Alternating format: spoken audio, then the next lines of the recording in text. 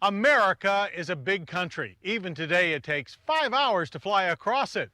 It's a country that took mechanized transportation to tame it, constantly moving people to new opportunities and dreams, shaping our communities, our culture, and our very lives.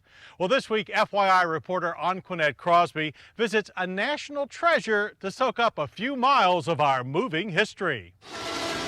Whether we're taking off, behind the wheel, riding the rails, or cruising to the islands, Americans are constantly on the move using every possible mode of transportation, usually not even stopping to consider just how difficult the challenge was to invent faster and more efficient ways to get people from here to there. It's mind-boggling, even more so when you turn back the clock and see the actual mechanical inventions that got us here, now on display at the Smithsonian's National Museum of American History in Washington, D.C. America on the Move is the museum's largest ever exhibit, where visitors can experience transportation as it changed America from the 1800s to the present day. Oftentimes we take it for granted just how easy it is to hop in our cars and go, but we've really come a long way. So take a trip with me back down memory lane and see how cars have really changed our lives. Like this rickety old Winton, which played a pivotal role in changing how Americans viewed cars. At the time, many people thought cars were a fly-by-night invention, even going so far as to nickname them devil wagons. But two men, along with Bud the dog, proved the skeptics wrong by making the first cross-country road trip. It's 1903. They take 64 days to cross the country, which is sort of amazing today since, we all just jump in our car and 5 days later we can be in LA. These guys traveled from San Francisco to New York City. They broke down a lot. Oh, if only they could have traveled along Route 66, which hadn't been constructed at the time. Here, you can walk on some of the original 1932 pavement of the famous roadway, which carried generations of Americans between Chicago and Los Angeles. By the 1920s, Ford Model Ts, like this 1926 Roadster, were the most popular cars in the land.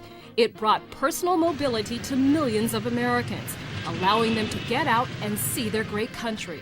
After World War II, families were drawn to larger, upscale sedans like this Buick because they were roomy and powerful, complete with a Fireball engine. Buick became one of the 3 best-selling cars by 1954. And let's not forget this 1955 Ford station wagon. Back in the day, families in the suburbs loved this car to haul kids, groceries, sports equipment, you name it. Think you've seen the last of them? No way. Station wagons are making a huge comeback.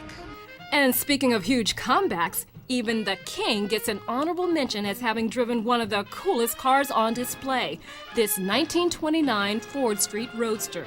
It was made by a man called John Athen, and it was actually used in an Elvis movie in the 50s. So we're really lucky to have it because it's such a great example of a late 40s, early 50s hot rod that hasn't been changed too much. One of the things about people who make hot rods is they like to change them.